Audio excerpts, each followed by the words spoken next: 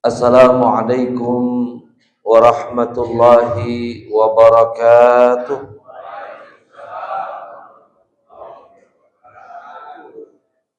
Innal hamdalillah nahmaduhu wa nasta'inuhu wa nastaghfiruh wa na'udzu billahi min shururi anfusina wa min sayyiati a'malina. May yahdihillahu fala mudilla lahu wa may yudlilhu fala hadiyalah. Asyhadu an la ilaha illallah wahdahu la syarika lah wa asyhadu anna Muhammadan abduhu wa rasuluh la nabiyya ba'da. Allahumma salli wa sallim ala sayyidina Muhammad wa ala alihi wa sahbihi ajma'in, amma ba'd. Faqad qala Allah ta'ala fi kitabihil karim, a'udzu billahi minasyaitonir rajim, ya ayyuhalladzina amanu kutiba alaikumus syiyam kama kutiba alal ladzina min qablikum la'allakum tattaqun. Wa qala Rasulullah sallallahu alaihi wasallam, kam min sha'imin laisa lahu min siyamihi ilal ju' wal 'atas. Sadaqallah wa sadaqa Rasulullah sallallahu alaihi wasallam. Yang saya hormati para alim ulama, para asatiz, pengurus Masjid Quba, bapak-bapak, ibu-ibu haji, dan bapak-bapak, ibu-ibu calon haji, yang insya Allah kita semuanya dimuliakan dan dirahmati oleh Allah Subhanahu wa ta'ala. Pertama-tama marilah kita panjatkan puja dan puji kita kehadirat Allah Subhanahu wa ta'ala. Pada kesempatan pagi hari ini Allah masih memberikan berbagai macam nikmat kepada kita, baik nikmat iman, nikmat Islam, nikmat sehat walafiat, sehingga kita dapat melaksanakan salah satu kewajiban kita, yaitu melaksanakan sholat subuh berjamaah. Salawat beriring salam semoga senantiasa tercurahkan kepada junjungan kita baginda Rasulullah Muhammad sallallahu alaihi wasallam serta sahabatnya, keluarganya, dan para pengikutnya yang senantiasa setia hingga akhir zaman nanti. Syukur yang kedua kita panjatkan kehadirat Allah Subhanahu wa ta'ala. Hari ini kita sudah berada di hari yang ke berapa nih Pak? Ke-9 di bulan Ramadan.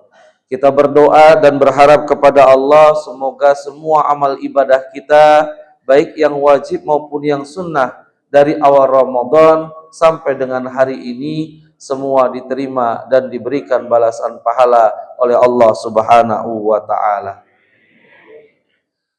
Bapak-bapak, ibu-ibu, hadirin dan hadirah yang dimuliakan oleh Allah Subhanahu wa ta'ala, kita saat ini berada di tanggal 9 Ramadan, bertepatan juga dengan tanggal 9 Maret 2025. Ketika pergantian tahun di tahun 2024 ke 2025, atau pergantian tahun baik itu tahun Islam maupun tahun Masehi, banyak di antara masyarakat kita memiliki yang namanya resolusi. Apa itu resolusi?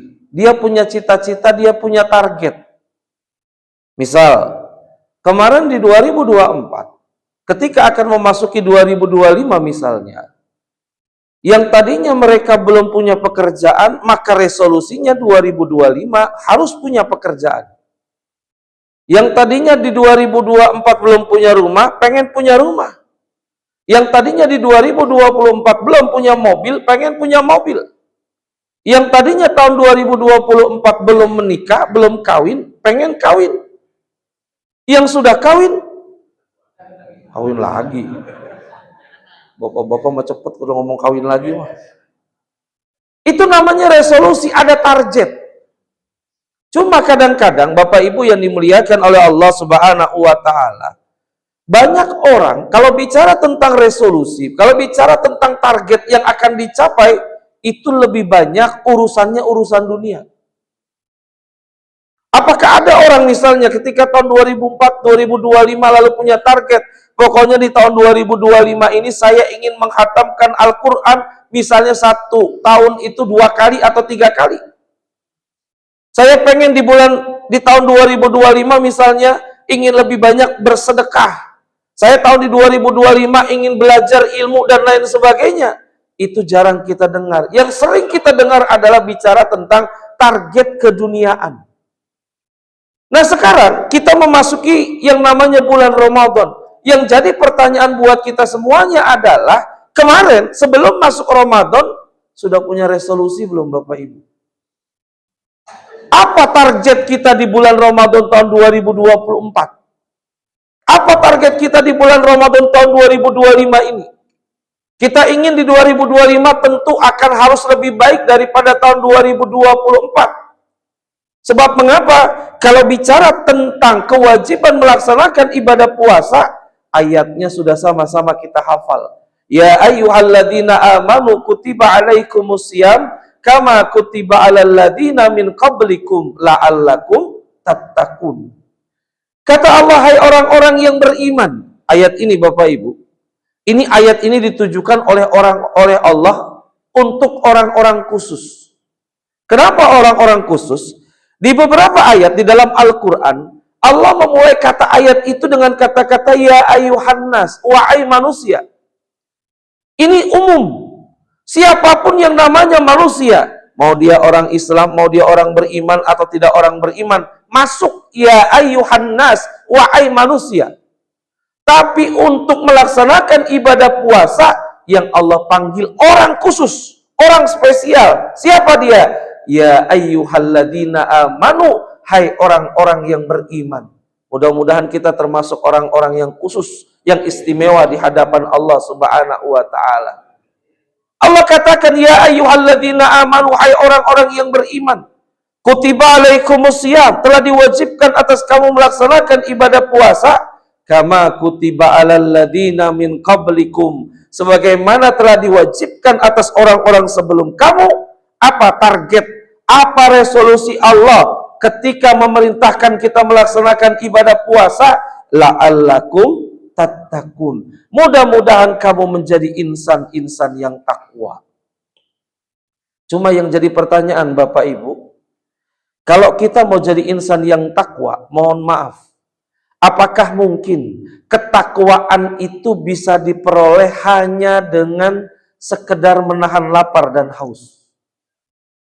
Apa mungkin orang akan mendapat derajat takwa ketika dia bisa menahan lapar dan haus dari semenjak terbit fajar shadiq sampai dengan tenggelamnya matahari? Kalau misalnya berpuasa hanya sekedar menahan lapar dan haus, itu bisa menjadikan orang yang takwa. Mohon maaf, kalau itu yang kita lakukan, apa bedanya kita dengan berpuasanya anak SD yang baru belajar puasa? Kalau cuma sekedar menahan lapar dan haus, maka tadi saya katakan harusnya di bulan Ramadan ini kita juga punya resolusi. Di bulan Ramadan ini kita punya target. Targetnya apa? Pertama, ini resolusi buat kita semua Bapak Ibu.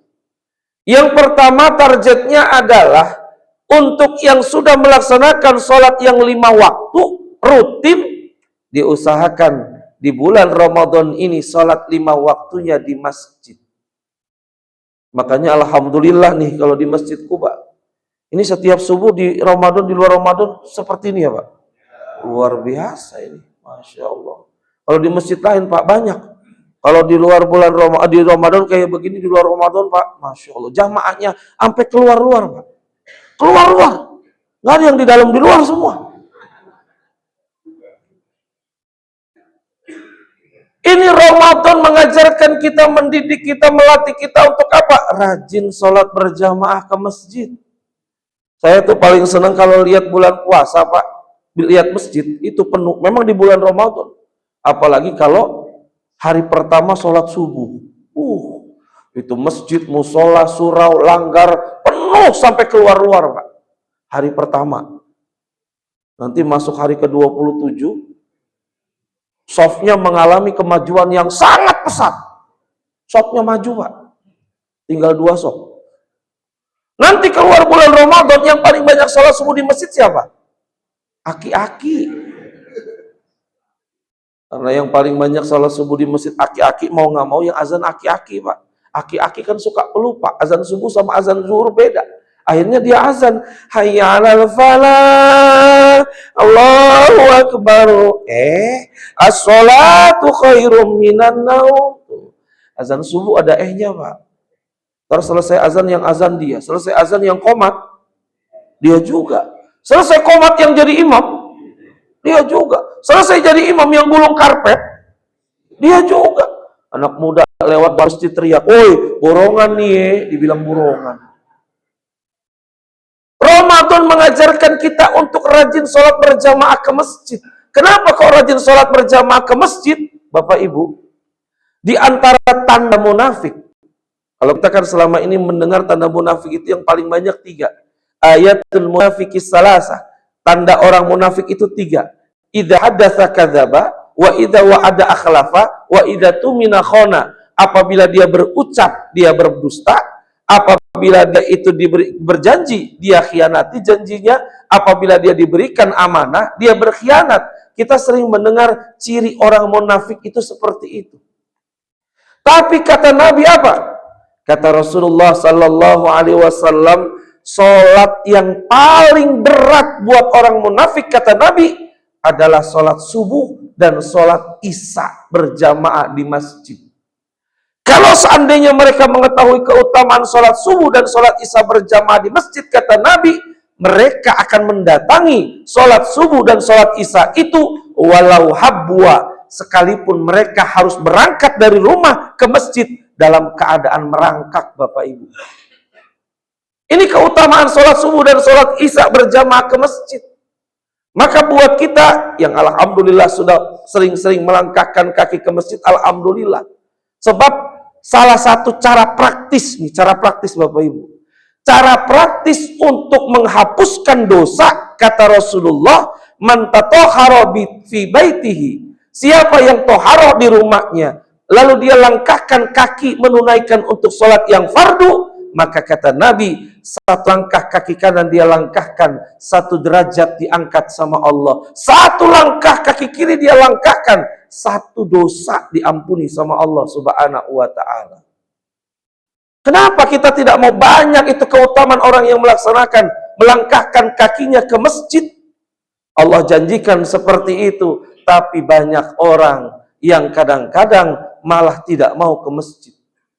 Ada orang yang rumahnya jauh, bela-belain naik motor Pak ke masjid untuk menunaikan sholat yang fardu.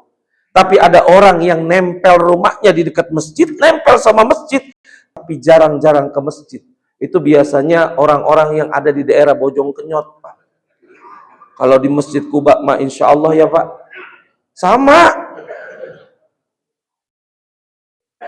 1 langkah dilangkahkan kakinya, 1 derajat diangkat sama Allah. 1 langkah kaki kiri dia langkahkan, 1 dosa diampuni sama Allah subhanahu wa ta'ala. Kita dari rumah ke masjid ini lebih nggak dari 10 langkah Pak. Berarti apa? Lebih dari 10 derajat diangkat sama Allah. Lebih dari 10 dosa diampuni sama Allah subhanahu wa ta'ala. Tapi juga jangan iseng, rumah dekat sama masjid. Oh, sholat zuhur ketemu sama temennya. Di mana? Pasar Ciledug. Kata temennya, lu dari mana? Gue dari rumah. Mau ngapain? Mau sholat zuhur. Sholat zuhurnya di mana? Di masjid. Masjidnya di mana? Di samping rumah gua. Lah terus lu ngapain ke sini? Lu kagak ngaji, makanya ngaji. Emang apa? Kata Ustadz, semakin banyak melangkah, semakin banyak pahalanya. Makanya gue muter-muter dulu pasar Ciledug. Ini juga kagak bener nih. Ya. Orang-orang yang mau melangkahkan kakinya ke masjid, kata Nabi, fashhadu lahu bil iman. Kalau kamu melihat ada orang yang sering melangkahkan kakinya ke masjid untuk menunaikan sholat yang fardu, kata Nabi, fashhadu lahu bil iman, saksikan olehmu bahwa dia itu adalah orang yang beriman. Saya sering sampaikan, terutama untuk kaum laki-laki, karena sunnah muakkadanya ke masjid itu untuk kaum laki-laki, untuk perempuan boleh, tapi yang lebih utamakan laki-laki. Sering saya sampaikan, ketika badan kita kuat, ketika badan kita sehat, ketika kaki ini masih kuat melangkahkan kaki ke masjid, lalu kita jarang-jarang melangkahkan kaki kita ke masjid, apa kita tidak malu sama Allah? Ketika orang nanti, ketika kita sudah berada di keranda mayat, ketika kita sudah berada di kurung batang, orang bawa kita ke masjid, apa kita nggak malu sama Allah? Ketika sehat, jarang kaki ini melangkahkan ke masjid. Ketika sudah meninggal dunia, sudah berada di keranda mayat, orang bawa kita ke masjid, Bapak Ibu. Malu kita sama Allah. Maka buat kita yang saat ini masih diberikan kesehatan, sholatlah di belakang imam sebelum disolati di depan imam. Itu Bapak Ibu. Jadi buat yang sudah rajin melaksanakan sholat berjamaah, sudah melaksanakan sholat 5 waktu, diusahakan resolusinya di bulan Ramadan ini adalah sering-seringlah melangkahkan kaki ke masjid. Lalu, buat yang mungkin selama ini sholatnya belum lengkap 5 waktu, sholat 5 waktu di bulan Ramadan ini. Jangan bolong-bolong di bulan Ramadan ini. Sebab kenapa? Sholat itu kewajiban. Sholat itu adalah perintah Allah yang istimewa. Istimewanya di mana? Lihat Bapak Ibu. Ketika Allah perintahkan kita untuk melaksanakan ibadah puasa, Allah cukup turunkan ayat, ya ayyuhalladzina amanu kutiba alaikumusiyam. Ketika Allah perintahkan kita untuk menunaikan zakat, wa atuz zakat, cukup Allah turunkan ayat. Ketika Allah perintahkan kita untuk melaksanakan ibadah haji, walillahi 'alan nasi hijjul baiti man istata'a ilaihi sabila, cukup Allah turunkan ayat. Tapi ketika Allah perintahkan kita untuk melaksanakan ibadah puasa, ibadah sholat, Allah panggil langsung Rasulullah Muhammad sallallahu alaihi wasallam melalui peristiwa Isra dan Mi'raj. Artinya apa? Sholat itu adalah ibadah istimewa, ibadah khusus yang Allah langsung memanggil Rasulullah sallallahu alaihi wasallam. Makanya lihat Bapak Ibu, di dalam ajaran kita ini, kalau ada orang mencuri, nyolong, korupsi, itu tidak dibilang kafir. Ada orang berzina, bahkan berzina, nggak dibilang kafir Bapak Ibu. Ada orang minum minuman keras, nggak dibilang kafir. Tapi ketika ada orang tidak sholat, dibilang kafir sama Rasulullah sallallahu alaihi wasallam. Kenapa? Karena kata Nabi, yang membedakan seorang muslim dan orang kafir adalah sholatnya. Bahkan ada ulama yang mereka itu memberikan fatwa, kalau ada orang Islam yang dia tidak mau melaksanakan sholat karena sengaja, maka dia dihukumi kafir, dan orang seperti itu ketika meninggal dunia tidak perlu disolati. Ada ulama yang berpendapat seperti itu. Kenapa kok nggak perlu disolatin? Waktu hidup aja dia nggak mau sholat, Bapak Ibu. Ibaratnya begini, nih ibaratnya, kayak kita misalnya nggak suka duren. Kalau jamaah di sini mah insya Allah ya doyan duren kan? Ibaratnya kita nggak suka duren. Ketika orang maksa kita untuk makan duren, kita nolak Pak. Kita mual, kita mungkin muntah. Kenapa? Nggak suka duren, dipaksa makan duren. Sama Pak. Orang nggak suka sholat, nggak biasa sholat. Pada saat meninggal dunia, dia disolatin, nolak Pak. Orang hidup aja dia nggak mau sholat, apalagi pada saat dia meninggal dunia. Ketika kita sholatin, nolak. Makanya tadi sebagian ulama ada yang menyatakan, kalau ada orang yang ketika hidupnya dengan sengaja, dengan sadar tidak mau melaksanakan sholat, kalau meninggal dunia jangan disolatin. Nih, maka sekali lagi resolusi kita yang pertama di bulan Ramadan ini adalah berupayalah untuk melaksanakan sholat 5 waktu yang wajib dan diusahakan di masjid, terutama sholat yang wajib. Yang kedua, resolusi kita di bulan Ramadan ini adalah rajin-rajin baca Quran. Kenapa baca Quran? Al-Quran ini turun di bulan Ramadan. Syahrul Ramadan alladzi unzila fihil Quran. Bulan Ramadan ini adalah bulan diturunkannya Al-Quran. Kalau misalnya kita mengaku diri sebagai seorang muslim, lalu dalam setiap hari tidak pernah keluar ayat Quran dari mulut kita karena kita tidak pernah baca, bagaimana kita pantas dianggap sebagai seorang muslim kalau seandainya baca Quran saja tiap hari tidak kita lakukan, Bapak Ibu? Orang zaman sekarang baca status WA aja rajin banget. Status orang dibuka, Facebook orang dibuka, Instagram orang dibuka, X orang dibuka, Threads orang dibuka, semua dibuka, dibacain atu-atu. Kalau status orang saja kita baca, rajin kita baca tiap hari, ini status Allah di dalam Al-Quran. Kenapa kita tidak mau baca Quran? Kalau bisa bulan Ramadan ini, hatamkan Al-Quran. Kalau nggak bisa, paling tidak satu hari minimal satu halaman, atau kalau bisa satu juz. Kalau nggak bisa satu juz, satu halaman. Kalau nggak bisa satu halaman, satu ain. Kalau nggak bisa satu ain, satu ayat. Bismillahirrahmanirrahim. Yasin. Shadaqallahul adzim. Daripada nggak ada sama sekali, Bapak Ibu. Daripada nggak ada sama sekali. Baca Quran. Kenapa baca Quran? Al-Quran itu adalah kalamullah. Al-Quran itu adalah ucapan Allah. Bapak Ibu baca buku dengan baca Quran, efek ke hatinya beda. Kenapa efek ke hatinya beda? Itu ucapan Allah. Itu firman Allah. Berbeda kalau kita baca buku sampai habis, itu efeknya tidak akan seefek ketika Bapak Ibu baca Quran. Makanya zaman sekarang ini, ayo Bapak Ibu, berupayalah kita untuk baca Quran. Wah Pak, saya nggak bisa baca Quran Pak. Belajar alif-alifan. Wah saya nggak mau belajar alif-alifan. Kalau nggak mau belajar alif-alifan, belajar alif beneran. Ya, belajar. Nggak usah, nggak ada kata malu untuk belajar. Tidak ada kata terlambat untuk belajar. Karena memang di zaman sekarang ini, di tengah teknologi yang luar biasa, banyak orang-orang yang kadang-kadang tidak peduli lagi sama Al-Quran. Apalagi anak-anak kita, anak-anak remaja.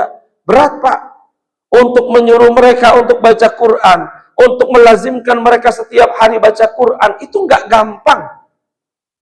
Dan anak-anak kita sekarang, kalau mau jujur, lebih senang nyanyi apa lebih senang ngaji Pak? Kalau anak-anak kita lebih senang nyanyi daripada ngaji, nanti kalau bapak-bapak, ibu-ibu meninggal dunia, mau di ngajiin apa mau dinyanyiin? Kalau anak nggak bisa ngaji, cuma bisa nyanyi, bapak, ibu lagi sakaratul maut, anaknya bingung, nggak bisa ngaji, tapi karena dia ingin berbakti buat bapaknya, ibunya yang terakhir kali, akhirnya apa? Ketika bapak ibunya sedang sakaratul maut, itu anaknya ambil gitar, Pak. Berdiri depan ibu bapaknya yang lagi sakaratul maut, lalu dia bilang, Mama, sebagai persembahan yang terakhir untuk Mama, saya bawakan sebuah lagu. Nyanyi depan ibunya. Kutanya malam, adakah kau lihatnya perbedaan? Tapi kenapa kau tak bergerak? Ada apa denganmu? Mati emaknya digituin Pak. Itu anaknya kalau nggak bisa ngaji begitu. Dan jujur Pak, saya pernah takziah tetangga dekat rumah. Tetangga dekat rumah. Ibunya meninggal dunia. Biasa jenazah taruh di depan di ruang tamu. Apa yang saya lihat dan apa yang saya dengar tetangga itu, wallahu a'lam, saya tidak tahu apakah memang anak-anaknya nggak bisa ngaji atau bagaimana. Itu ibunya Pak yang meninggal jenazahnya dihidupin MP3 surat Yasin Pak. Nih di handphone ditaruh di pinggir itu surat Yasin. Bayangkan. Padahal zaman dulu, Masya Allah, nuansa keberagamaan, kalau kita mungkin bapak-bapak juga pernah mengalami, dulu cerita nenek-nenek kita juga luar biasa. Dulu tuh habis maghrib, hampir setiap rumah terdengar lantunan ayat suci Al-Quran. Dulu orang habis maghrib, remaja putra, remaja putri, anak-anak putra, anak-anak putri, mereka berangkat kemana? Ke masjid, ke musola, ke surau, ke langgar. Ngapain? Ngaji. Dulu jalanan masih becek, lampu belum ada. Dalam kondisi yang seperti itu mereka berangkat ke masjid, ke musola, ke surau, ke langgar. Tangan kanan pegang Al-Quran, tangan kiri pegang obor. Berangkat ke masjid. Yang nggak sempat ke masjid, ngajarin anak-anaknya di rumah baca Quran. Dulu kan belum ada metode Iqra ya Pak. Dulu kalau kita ngaji masih kecil, belajar Quran tuh masih pakai juz amma, masih dieja ya Pak. Makanya kedengeran ada ibu-ibu yang ngajarin anaknya di rumah. Nah, ikutin ibu ya. Iya ya. Mim patama ta patata lam do malu matalu. Dulu begitu Pak. Terus sebelah sana ada lagi jim kasro jidal patadal tak mati lam do malu jidatlu. Dulu begitu habis maghrib, rumah sebelah sana ada yang baca surat Yasin, rumah sebelah sana ada nenek-nenek ngapalin sifat 20. Wujud kidambako muhadu. Batuk tuh nenek. Dulu begitu Pak habis maghrib. Sekarang jadi pertanyaan kita, masih adakah lantunan ayat suci Al-Quran hampir setiap rumah sehabis maghrib di lingkungan masyarakat kita? Sekarang orang habis maghrib bukannya ngaji, main gede-gedean tip, main gede-gedean radio Pak. Rumah sebelah sana lagunya Samina Mina, waka waka, Sekarang begitu Pak. Makanya kalau seandainya kita nih di bulan Ramadan ini tidak melazimkan untuk baca Quran, bagaimana nanti Al-Quran bisa memberikan syafaat kita di yaumil qiyamah? Bagaimana kita mau mendapatkan syafaat dari Al-Quran kalau seandainya di dunia ini kita tidak pernah baca Quran Bapak Ibu? Maka oleh karena itu berupayalah di Ramadan ini untuk rajin-rajin baca Quran. Resolusi yang kedua. Yang ketiga, apa resolusinya? Yang ketiga resolusinya adalah di bulan Ramadan ini perbanyak sedekah, perbanyak berbagi dengan orang lain Bapak Ibu. Mengapa demikian? Rasulullah Shallallahu Alaihi Wasallam itu adalah orang yang paling dermawan dan lebih dermawan lagi kata para sahabat di bulan Ramadan. Artinya apa? Bulan Ramadan itu bulan berbagi. Kalau kita punya uang berbagi dengan orang lain, kalau kita punya makanan berbagi dengan orang lain. Makanya saya paling senang kalau lihat kotak amal itu di bulan Ramadan, Pak. Apalagi kalau misalnya kita lagi sholat tarawih. Kalau sholat tarawih kan biasanya bapak-bapak, ibu-ibu, remaja putra, remaja putri, bahkan anak-anak sebelum berangkat sholat isya minimal ada yang ngantongin uang 50.000, ada yang 100.000, ada yang 10.000, ada yang 20.000, ada yang 2.000. Buat apa? Nanti pas lagi kultum tarawih biasanya kotak amal lewat kan. Saya paling senang lihat kotak amal di bulan puasa. Kenapa? Jalannya pelan-pelan. Lewat 2 orang berhenti, masukin 5.000, lewat lagi 3 orang berhenti, masukin 10.000, lewat lagi 4 orang berhenti, masukin 50.000. Di bulan Ramadan, kotak amal jalannya pelan-pelan. Tapi ntar lihat di luar bulan Ramadan, itu yang namanya kotak amal jalannya lancar. Dari pojok ke pojok nggak berhenti, set. Sekali berhenti di pojokan, kelotak cepet. Dibuka sama pengurus masjid, dilihatlah hitam, dicium bekas kerokan Pak. Ramadan mengajarkan kita untuk berbagi dengan orang lain. Jangan pernah takut jatuh miskin gara-gara berbagi. Semakin kita berbagi, kata Rasulullah, berbagi itu tidak mengurangi harta. Bahkan kata Nabi, bal yazdad. Sampai 3 kali Nabi menyatakan begitu. Bertambah. Dan kalau seandainya kita yakini berbagi itu bertambah, nanti orang akan hobi Pak berbagi. Hobi berbagi.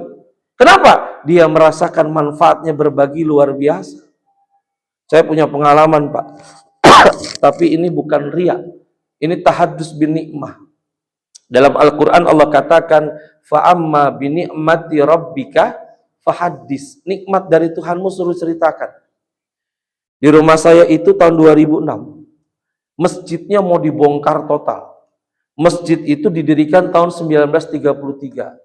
Di tahun 2026 itu pembongkaran renovasi yang kedua kalau saya tidak salah. Lalu warganya diajak untuk kerja bakti gotong royong, ngangkut coran untuk diletakkan di tempat pondasi karena mau dibongkar total. Saya ikutan tuh. Saya ingat tanggal 1 Juli Pak 2026. Sudah selesai kayak gitu, ikut kerja bakti sampai sekitar jam 11. karena sudah mau zuhur. Lalu saya tanya sama panitia, pasir satu kol berapa? Waktu itu satu kol pasir itu 135.000. Saya bilang, tolong pesenin 2 kol. Datang tuh 2 kol. Saya sekali kasih uang 300.000, kembali 30.000. Lalu saya bilang, Pak, ini 30.000-nya masukkan saja ke uang kas pembangunan. Oh iya, terima kasih. Sudah selesai. Tanggal 2, saya ada acara di Cianjur, saya bilang, rezeki kita itu nggak bakal ketuker. Kalau Allah sudah menetapkan rezeki kepada kita, nggak bakal ketuker. Tanggal 2, tanggal 3, masuk ke kantor.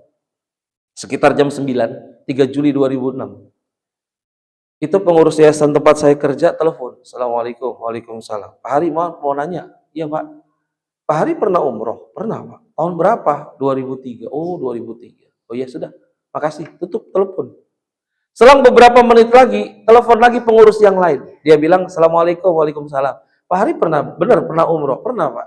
Tahun berapa? 2003. Masih punya paspor nggak? Paspor saya udah mati Pak. Bisa diurus nggak? Saya tanya, ada apa ya Pak? Enggak, ini tanggal 18 Juli besok ada jamaah umroh, 30 orang mau berangkat umroh. Tolong dibimbing ya. Saya nggak pernah kepikiran Pak, bimbing umroh. Tahun 2006. Masya Allah, saya kasih 300.000, langsung Allah balas umroh. Selesai kayak begitu, saya cerita nih, cerita kayak begini. Di daerah Petukangan lagi terawih. Selesai terawih, imam masjidnya cerita, iya sedekah itu luar biasa. Saya tanya, kenapa Ustaz? Enggak, kemarin ketika awal Ramadan, mau menjelang Ramadan, datang ibu-ibu ke saya. Ibu-ibu itu bilang, Pak Ustadz, tolong saya Pak Ustadz. Apa ya Bu? Saya mau jualan di bulan Ramadan, saya butuh modal. 150.000 aja. Lalu Ustadznya bilang, Bu, mohon maaf. Saya kalau hari ini saya nggak punya uang 150.000. Nanti mudah-mudahan di Ramadan saya ada uang. Tapi ibu itu maksa. Pak Ustadz tolongin saya supaya saya punya penghasilan di bulan Ramadan. Lagi ngobrol begitu, tiba-tiba datang jamaah masjid. Assalamualaikum Pak Ustadz. Waalaikumsalam. Maaf pengganggu Pak Ustadz. Ini mau Ramadan, mohon maaf lahir dan batin. Oh iya Pak, sama-sama. Sebelum pulang itu jamaahnya, Pak Ustadz, maaf sedikit ini untuk Ramadan. Oh makasih Pak. Pulang itu jamaahnya, dibuka sama Ustadznya. Tahu isinya berapa? 150.000. Sepeser pun tidak dikurangi, kata Ustadznya. Bu, ini rezeki dari Allah buat ibu. Sudah selesai. Lalu setelah itu masuk Ramadan, sekitar beberapa hari Ramadan, datang lagi jamaahnya. Pak Ustadz, mohon maaf kemarin awal Ramadan kita nggak ketemu. Maaf lahir batin. Doain saya sama keluarga Ramadan ini mau umroh. Doain sehat, lancar, makbul, mabrur umrohnya. Oh iya Pak. Pak Ustadz, maaf ini buat Ramadan ya. Mudah-mudahan manfaat. Iya Pak, makasih. Pulang tuh jamaah. Pas dibuka amplopnya, tahu Pak berapa isinya? 2 juta Pak. Dia kasih 150.000, 2 juta Allah ganti Bapak Ibu. Tuh, sedekah itu begitu. Tapi juga jangan saya cerita kayak begini nih. Bapak Ibu misalnya pulang dari sini nyari masjid yang belum selesai. Assalamualaikum Pak. Waalaikumsalam. Pak ini masjid belum selesai ya? Iya belum selesai. Saya tadi dengar tuh kuliah subuh Pak, Masya Allah. Saya terinspirasi. Ini Pak, mohon maaf, ada uang 300.000 buat masjid, mudah-mudahan manfaat. Oh ya, terima kasih. Selesai kayak gitu, sehari, 2 hari, 3 hari ditungguin, nggak ada yang telepon. Seminggu nggak ada yang telepon. Sampai 2 minggu ada yang telepon. Akhirnya nanya sama pengurus Masjid Kuba. Maaf, itu waktu itu yang ceramah Ustadz siapa ya? Oh Ustadz Hari, oh ada teleponnya, ada teleponnya, dikasih nomor telepon. Assalamualaikum Pak Ustadz. Waalaikumsalam. Iya. Pak Ustadz, saya jamaah Masjid Kuba. Oh, Alhamdulillah. Bagaimana kabarnya Pak? Alhamdulillah baik. Ada yang bisa saya bantu Pak? Pak Ustadz bohong. Lah, emang ngapa bohong Pak? Kata Pak Ustadz, 300.000 bisa umroh. Lah, saya nungguin kagak umroh-umroh. Bapak Ibu, kadang-kadang Allah memberikan ganti kepada kita cepat. Kadang-kadang Allah mengganti kepada kita lebih lambat. Bahkan pada saat butuh-butuhnya, di situ datang pertolongan Allah Bapak Ibu. Orang-orang yang mau sedekah, orang-orang yang mau berbagi dengan orang lain, Masya Allah, hidupnya itu nikmat. Apapun yang kita bisa sedekahkan, sedekahkan. Sering saya bilang, jangan jadi orang pelit, Pak. Kenapa? Orang pelit tidak disukai juga sama orang pelit. Beneran, Pak. Kita pelit, Teman kita pelit, lalu kita bilang, ih dia mah pelit banget, padahal kita juga pelit. Orang pelit tidak juga disukai sama orang pelit. Dan kalau seandainya kita mau berbagi dengan orang lain, nggak usah banyak-banyak, nggak usah besar-besar, semampu kita saja. Bahkan kata Nabi apa? Kalau kata Nabi, kalau kamu masak sayur, terutama buat ibu-ibu, baik itu di bulan Ramadan maupun di luar bulan Ramadan, kalau kamu masak sayur, banyakin kuahnya, bagiin tetangga. Nah, ya tapi jangan gitu juga, Bu. Terpulang dari sini sore-sore, ntar sore mau buka, masak sayur, banyakin kuahnya, ketok pintu tetangga, tok-tok, assalamualaikum, waalaikumsalam. Bu, ya ada apa? Alhamdulillah tadi pagi saya ikut pengajian di Masjid Kuba. Terus itu ustadznya bilang kata Nabi, kalau masak sayur banyakin kuahnya, bagiin tetangga. Ini alhamdulillah Bu, ada kuah buat ibu. Kata tetangganya, Bu, makasih Bu, di sini udah banyak kobokan. Berbagi Pak. Punya uang 1 juta berbagi 100 ribu, punya uang 100 ribu berbagi 10 ribu. Kenapa? Orang yang berbagi itu Bapak Ibu, kalau Bapak Ibu tahu, orang ketika mau meninggal dunia, dalam surat Al-Munafikun ayat ke-10, wa anfiqu mimma razaqnakum min qabli ayyatiya ahadakumul maut fayaqula rabbi laula akhartani ila ajalin qarib fa asaddaqa wa akum minas shalihin. Allah perintahkan wa anfiqu mimma razaqnakum min qabli ayyatiya ahadakumul maut, dan nafkahkan, infakkan sebagian harta rezeki yang kami berikan kepada kamu sebelum datang kematianmu, sebelum datang ajal itu mencabut kamu. Ketika ajal itu, ajal kita, nyawa kita mau dicabut, orang yang mau dicabut nyawanya bilang sama Allah, faqala rabbi laula akhartani ila ajalin qarib, ya Allah tolong tunda sebentar saja kematianku. Minta ditunda kematiannya. Mau ngapain dia? Mau sholat? Enggak Pak. Mau ngaji? Enggak. Mau haji? Enggak. Mau umroh? Enggak. Dia bilang apa? Fa'asoddaqo, saya mau sedekah. Orang mau meninggal saja minta ditunda cuma gara-gara mau sedekah. Ini berarti apa? Menunjukkan luar biasanya balasan sedekah buat orang-orang yang membiasakan dirinya mau sedekah. Mungkin Bapak Ibu pernah dengar cerita tentang Sauban atau juga menyebut Sya'ban. Dia seorang, dikategorikan juga seorang sahabat Rasulullah yang hidup di zaman Nabi. Beliau itu orang yang paling rajin sholat berjamaah ke masjid. Bahkan ditandain, dia kalau di masjid sholatnya di bagian depan paling pojok sebelah kanan. Ditandain tuh. Sempat satu hari, Sauban ini ketika mau sholat subuh berjamaah, Rasulullah sebelum sholat subuh biasa meriksa barisan. Ketika meriksa barisan, dilihat Sauban ini nggak ada. Kata Nabi, tunggu sebentar. Mungkin Sauban sedang menuju ke masjid. Sudah ditunggu berapa lama, lalu ternyata nggak ada juga. Lalu Nabi memerintahkan untuk qomat, lalu melaksanakan sholat subuh. Selesai sholat subuh, Nabi nanya kepada para jamaah, siapa di antara kalian yang tahu Sauban? Kami tidak ada yang tahu ya Rasulullah. Siapa di antara kalian yang tahu rumahnya Sauban? Saya tahu ya Rasulullah.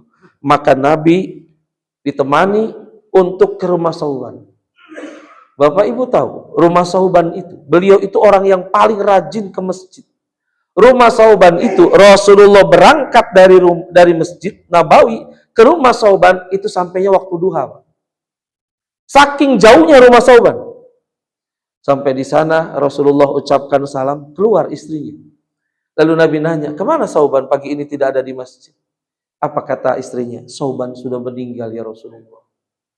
Ketika Sauban itu sudah meninggal, Rasulullah berbelasungkawa. Lalu ketika Rasulullah mau pamit, istrinya menahan Nabi. Ya Rasulullah, boleh saya tanya? Tanya apa? Ketika suami saya Sauban itu mau meninggal dunia, dia sampai teriak 3 kali. Apa yang dia teriakin? Yang pertama, yang dia teriakin adalah kenapa tidak lebih jauh. Yang kedua, yang dia teriakin adalah kenapa tidak lebih bagus. Dan yang ketiga yang dia teriakin adalah, kenapa tidak semuanya? Lalu Rasulullah menyatakan kepada istrinya, orang mau meninggal dunia itu Allah buka mata batinnya. Ini mata biasa nggak kelihatan, Pak. Tapi ketika mau meninggal dunia, Allah buka matanya, Allah perlihatkan balasan-balasan yang akan diterima ketika nanti dia sudah berada di alam kubur dan di akhirat nanti. 3 teriakan Sauban itu kata Nabi. Yang pertama, Sauban ini setiap hari melangkahkan kakinya ke masjid untuk menunaikan sholat yang wajib. Dan perjalanannya jauh dari rumah ke Masjid Nabawi. Saya merasakan itu kata Nabi. Maka ketika Sauban akan meninggal dunia, Allah bukakan dan Allah perlihatkan balasan orang yang melangkahkan kakinya ke masjid. Maka pada saat itu Sauban berteriak karena nikmatnya balasan yang Allah berikan. Sering-sering melangkahkan kakinya ke masjid. Lalu Sauban berteriak, kenapa tidak lebih jauh? Maksudnya apa? Kenapa rumah dia nggak lebih jauh daripada Masjid Nabawi? Supaya langkahnya lebih banyak, pahalanya juga lebih banyak. Karena Sauban melihat bagaimana nikmat yang Allah berikan atas balasan melangkahkan kaki ke masjid. Lalu yang kedua, kata Rasulullah, Sauban ini pernah ketika mau sholat subuh di musim dingin, dia menggunakan 2 helai baju. Baju di dalam itu baju yang lebih bagus daripada baju di luar. Ternyata dalam perjalanan, dia melihat ada seorang bapak yang sedang kedinginan. Lalu Sauban buka bagian luarnya yang bajunya kurang bagus. Lalu diberikan kepada bapak itu, dituntun bareng-bareng ke Masjid Nabawi. Ketika beliau mau meninggal dunia, kata Nabi, diperlihatkan sama Allah balasannya. Maka ketika diperlihatkan balasannya, Sauban berteriak, kenapa tidak yang lebih bagus? Apa maksudnya? Kalau seandainya dia berikan yang lebih bagus, itu balasan yang dia lihat dari Allah pasti akan lebih dari apa yang dia saksikan ketika sakaratul maut. Dan yang ketiga, kata Rasulullah, Sauban ini sepulang dari masjid, kata Nabi, beliau itu sarapan. Ada susu, ada roti. Ketika beliau sedang mau sarapan, mau makan roti dan susu, lalu tiba-tiba datang pengemis. Minta karena dia belum makan. Apa yang dilakukan sama Sauban? Dia potong 2 rotinya, setengah dia berikan kepada pengemis, setengah dia makan. Susunya dibagi 2, setengah buat dia, setengah buat pengemis. Perbuatan amal seperti itu ketika beliau sedang sakaratul maut diperlihatkan balasannya sama Allah. Maka Sauban berteriak, kenapa tidak semuanya? Bapak Ibu. Maka oleh karena itu, ketika kita mau berbagi, ini balasannya buat orang-orang yang mau berbagi di jalan Allah, itu akan mendapatkan kenikmatan yang luar biasa. Sampai-sampai tadi orang mau meninggal saja minta ditunda kematiannya. Gara-gara apa? Gara-gara mau sedekah, Bapak Ibu. Jadi pesan saya, sedekah itu biar gede, yang penting ikhlas, Pak. Ya Pak? Mendingan 1 juta ikhlas daripada 10.000 ngedumel kan? Iya, mendingan 1 juta ikhlas, Pak. Nah, Bapak-bapak, Ibu-ibu yang dimuliakan oleh Allah Subhanahu wa taala, ini paling tidak nih, 3 resolusi ini. Yang pertama, sholat berjamaah ke masjid. Yang kedua, baca Quran. Yang ketiga, kita mau sedekah di jalan Allah. Ini paling tidak usaha ikhtiar kita mencapai derajat takwa di bulan Ramadan. Karena tadi saya katakan, kalau cuma sekedar menahan lapar dan haus, nggak mungkin Pak kita jadi orang takwa. Maka itulah yang dikatakan sama Nabi, kam min shaimin laisa lahu min siyamihi ilal ju' wal atos. Berapa banyak orang yang berpuasa, tapi dari puasanya itu dia tidak mendapatkan apa-apa, kecuali yang dia dapatkan cuma sekedar lapar dan hausnya saja. Mudah-mudahan Allah Subhanahu wa taala senantiasa memberikan kesehatan kepada kita semuanya, memberikan kebahagiaan kepada kita semuanya, dan mudah-mudahan kita bisa menyelesaikan ibadah Ramadan ini dengan sebaik-baiknya, dan di akhir Ramadan dicatat kita menjadi insan-insan yang takwa.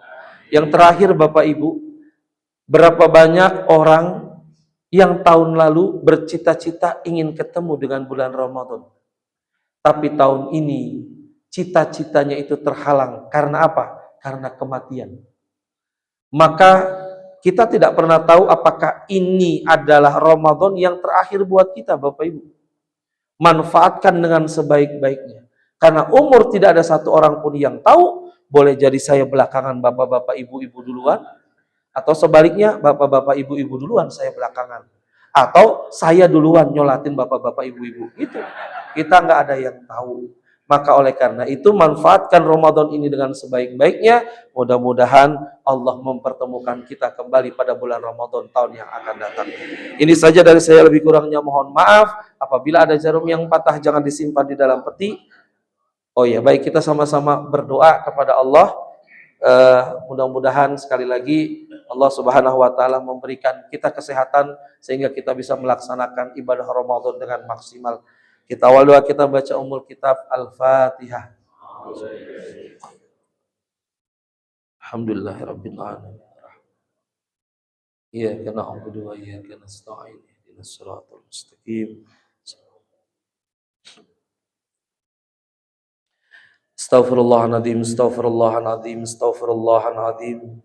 Na'udzubillahi minasyaitonir rajim. Bismillahirrahmanirrahim. Hamda yu'afini ni'amahu wa yukafi'u mazidah. Ya Rabbana lakal hamdu kama yanbaghi lizzalali wajhikal karimi wa li'azimi sultanik. Allahumma salli ala Sayyidina Muhammad wa ala ali Sayyidina Muhammad. Allahumma inna nas'aluka salamatan fid din wa afiyatan fil jasad wa ziyadatan fil ilmi wa barakatan fil rizki wa taubatan qablal maut wa rahmatan indal maut wa maghfiratan ba'dal maut. Allahumma hawin alaina fi syakaratil maut wan najata minan nar wal afwa indal hisab. Rabbana zalamna anfusana wa illam taghfir lana wa tarhamna lanakunanna minal khasirin. Rabbana ighfir lana wa liwalidayna warhamhum kama rabbawna shighara. Rabbana hab lana min azwajina wa dhurriyyatina qurrata a'yun waj'alna lil muttaqina imama. Allahumma innaka afuwun karim tuhibbul afwa fa'fu anna. Allahumma innaka afuwun karim tuhibbul afwa fa'fu anna. Allahumma innaka afuwun karim tuhibbul afwa fa'fu anna ya karim. Allahumma inna nas'aluka ridhaka wal jannah wa na'udzubika min sakhatika wan nar. Ya Allah ya Rahman ya Rahim, di pagi hari ini kami bermunajat kepada Engkau ya Allah. Ampunilah segala dosa-dosa kami ya Allah. Ampunilah segala kekhilafan kami ya Allah. Ya Allah ya Rahman ya Rahim, ampunilah pula dosa kami kepada kedua orang tua kami ya Allah. Ayah dan ibu kami ya Allah, baik yang masih hidup maupun yang telah tiada ya Allah. Bagi orang tua kami yang masih hidup ya Allah, panjangkanlah umurnya ya Allah. Berikanlah keberkahan dalam umurnya ya Allah. Jangan kau cabut nyawa orang tua kami ya Allah sebelum kami sempat membahagiakan mereka di dunia ini ya Allah. Ya Allah ya Rahman ya Rahim, bagi orang tua kami yang telah tiada di dunia ini ya Allah, yang telah terbujur kaku di alam kubur, lapangkanlah kuburnya ya Allah. Lapangkanlah kuburnya ya Allah. Lapangkanlah kuburnya ya Allah. Jadikanlah kuburnya bagian daripada teman-teman surgamu ya Allah. Jangan kau jadikan kuburnya bagian daripada lubang-lubang nerakamu ya Allah. Kami rindu kepada orang tua kami ya Allah. Bersahur bersama, berbuka bersama ya Allah. Izinkan kami kembali nanti bertemu dengan mereka di surgamu ya Allah. Ya Allah, ya Rahman, ya Rahim, ampunilah pula dosa kami kepada pasangan-pasangan hidup kami ya Allah. Dikarenakan keterbatasan kemampuan kami belum memberikan yang terbaik kepada pasangan hidup kami. Ampunilah pula dosa kami kepada putra-putri kami ya Allah. Jadikanlah mereka anak-anak yang soleh dan soleha, yang menjadi penyejuk mata hati kami. Rabbana taqabbal minna innaka antas sami'un alim wa tub alaina innaka antat tawwabur rahim. Rabbana atina fid dunya hasanah wa fil akhirati hasanah wa qina adzaban nar. Subhana rabbika rabbil izzati amma yasifun wassalamun alal mursalin walhamdulillahi rabbil alamin. Assalamualaikum warahmatullahi wabarakatuh. Muhammad sallallahu alaihi